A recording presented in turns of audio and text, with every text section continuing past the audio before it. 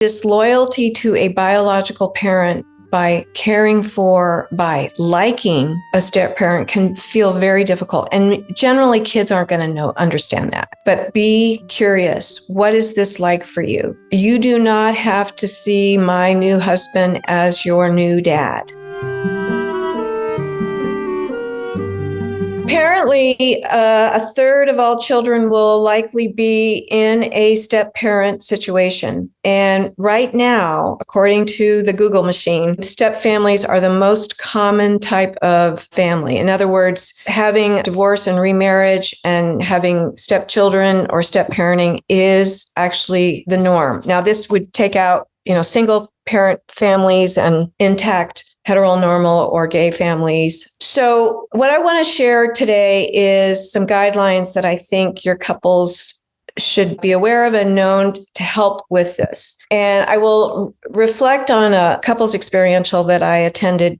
It's been so long I forgot, but Terry was working with a father who was the biological parent and the stepmother, and they were having conflicts over the children's behavior, which is, again, pretty standard stuff. And Terry's comment to the stepfather was, if you are a step parent and you are trying to parent, you are skating on thin ice. That's what he said.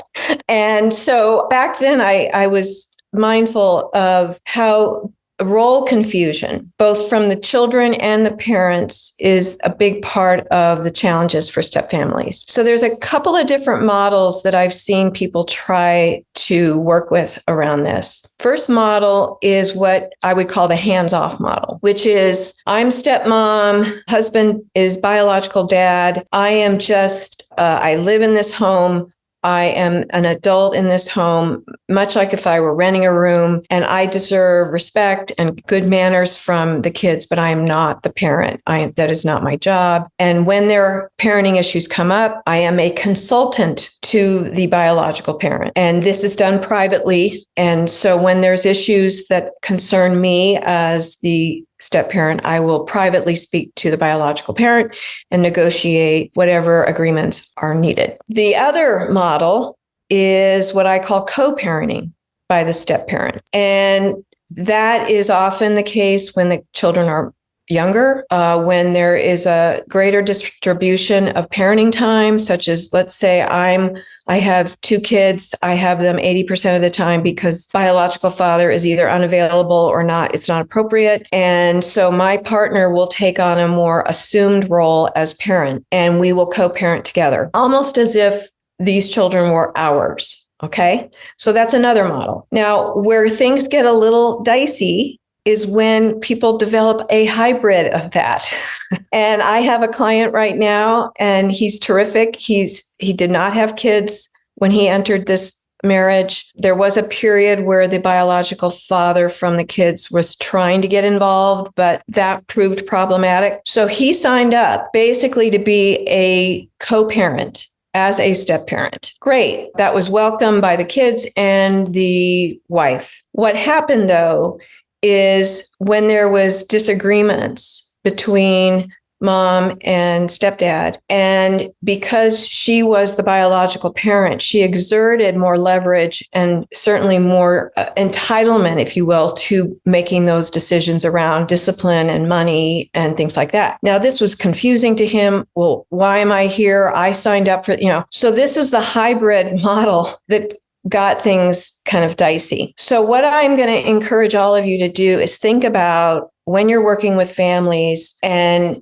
they're trying to sort out how to do this.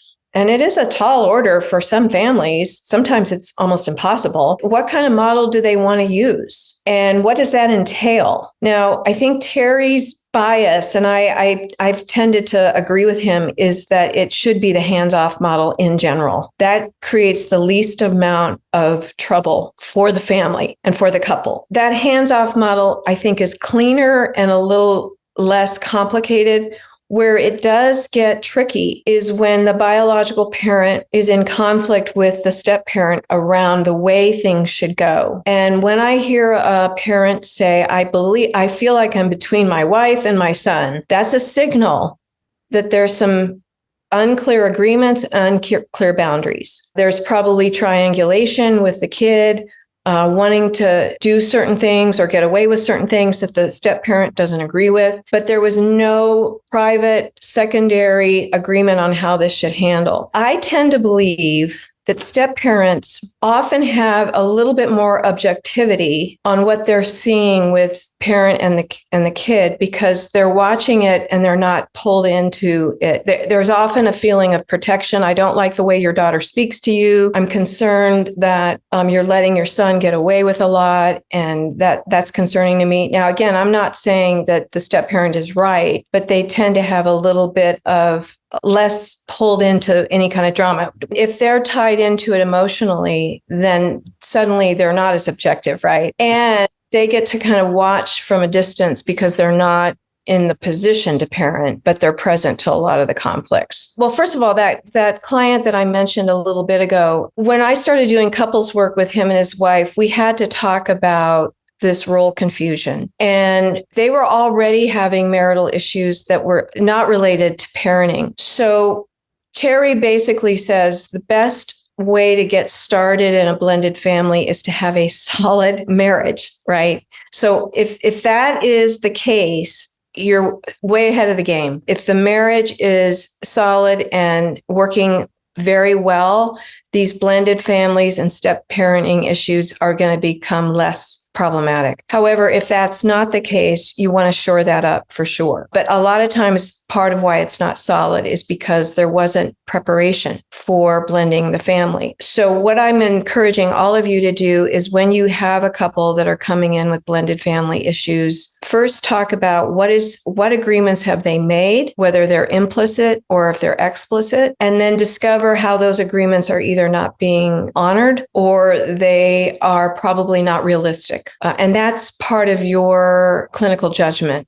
on, is this a realistic expectation? Let me give you a scenario which would involve your help. Let's say the agreement was that it was a hands-off approach. Let's say Joe is stepdad, he's home, Tiffany, daughter, comes home, takes her boyfriend up to the bedroom, and he knows that this is against the rules. Let's say he decides he's not going to do anything because he is not the parent, but mom comes home and he reports that to her. It's her job, mom's job, to enforce that rule. It is not his job. She sets natural consequences, does whatever. Let's say it happens again, okay?